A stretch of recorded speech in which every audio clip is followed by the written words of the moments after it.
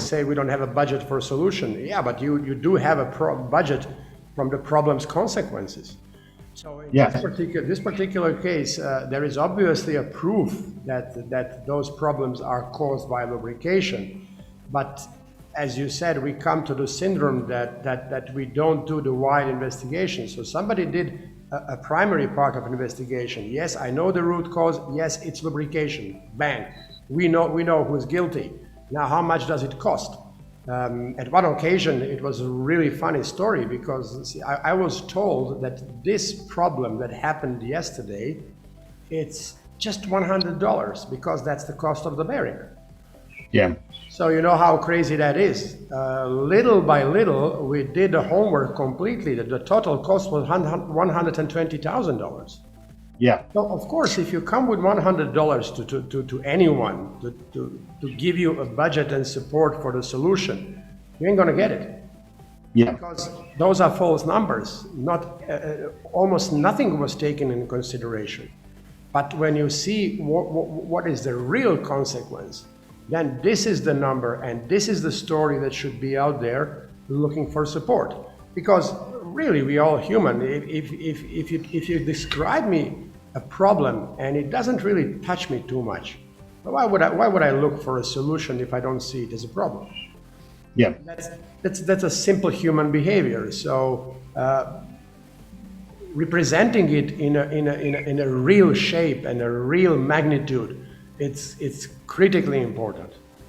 And obviously we have this, but I have also a different kind of events, and I hope you will agree with me. When it was presented properly, and then the solution was presented in such a complex way, as something of the huge magnitude, of an absolutely complete change of everything, and the management was just scared to give a green light. Because it's a huge project that we will do for 10 years. Come on, are you crazy? It ain't gonna work. And that's half the battle sometimes, I think, is that when people get into predictive maintenance, they can see the wins in the first year because, hey, we had 12 unplanned stoppages thanks to 12 bearing failures, and we know what the costs were as a result of the consequential damage. Now we've actually got predictive maintenance in place and we've had 12 planned stoppages without the consequential damage, but you've still had 12 bearing failures.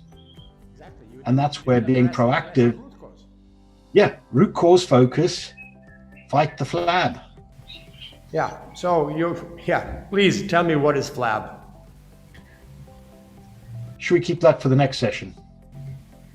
Okay, so you keep me hanging out dry. Yeah. Okay.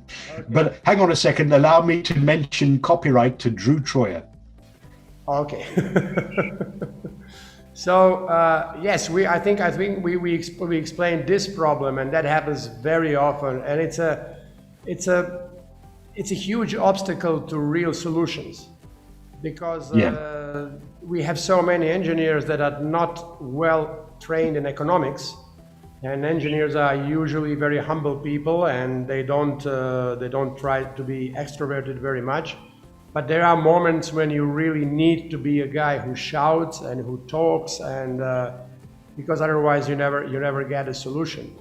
But now we have this second point. Even some of my colleagues strongly resist to improvements. And Martin, here we are talking about people who understand the problem. Yeah.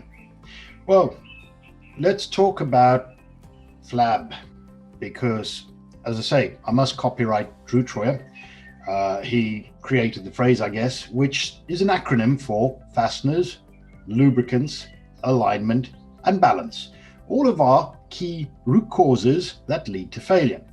Now, obviously, if with rotating systems, alignment and balance is, in my experience, often being dealt with, care of vibration analysis programs, and everybody knows that if we don't align the machine properly and don't balance it properly, it'll wear out, just like when we go to buy new tires. The machine needs to be securely tightened to the framework. We need the framework and structure to be secure. We don't want vibration as a result of loose fasteners. So of course, again, rather like lubricants, it may seem like just a simple thing, i.e. some nuts and bolts. But again, ignorance with that technology is rife in the industry. What level do we torque it to? Do we reduce the levels of torque because we're using a thread lubricant and that kind of thing? You know, a nut and bolt is a clamping device, and we've got to get that 100% right and regularly check those. Now, I like the word FLAB because, you know, obviously we talk about, I say we, in the English language, we talk about fighting the FLAB. And of course, after lockdown, I think quite a number of us are fighting the FLAB, the excess, shall we say. And, you know, there's a lot of parallels to what we have in industry and maintenance because, you know, of course, when you get people with lots of FLAB into heart attacks, of course, who do we call when someone has a heart attack? The paramedics. And the paramedics come charging in and they slap some paddles on the guy's chest and bam, you know, shock him back to life. And we're a hero. We've saved someone's life. And that's the trouble in maintenance, I think, is a lot of colleagues resist this because they've created that hero mentality. And in fact, coming back to Drew Troyer, he wrote an article recently about what he calls the dopamine effect, which is that adrenaline rush that we're going to get when we come into the plant at midnight and get it up and running again. We're being slapped on the back and lauded as a hero to everyone because we got the plant up and running again. Reality is, if we look at it, we actually failed to do the job right in the first place. Absolutely. And to be held up as a hero for saving the day is actually the wrong thing to do. But people get hooked on that adrenaline rush. And I've had maintenance guys say to my face, I am here to fix broken things. I'm not here to fart around with all sorts of high-level, highfalutin reliability statistics that you guys like to chuck out there. And I go, oh, it says on your shirt you work for maintenance, but it sounds like you work for the repair organization.